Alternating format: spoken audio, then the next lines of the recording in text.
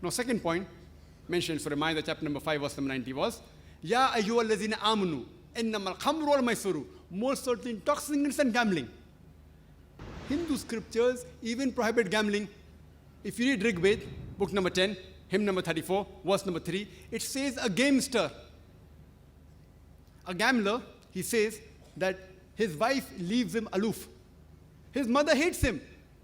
And he says that no one comforts this wretched man.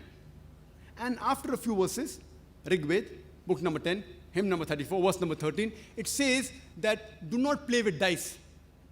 Rather, cultivate the land. And whatever you earn, be satisfied with that earning. Gambling has also been prohibited in Manusmriti, chapter number 7, verse number 50. It says, drinking, gambling, women, and hunting. All these are 4 major sins in order. Drinking alcohol has also been prohibited in Manusmriti, chapter number 7, verse number 47. In Manusmriti, chapter number 9, verse number 221 to 228.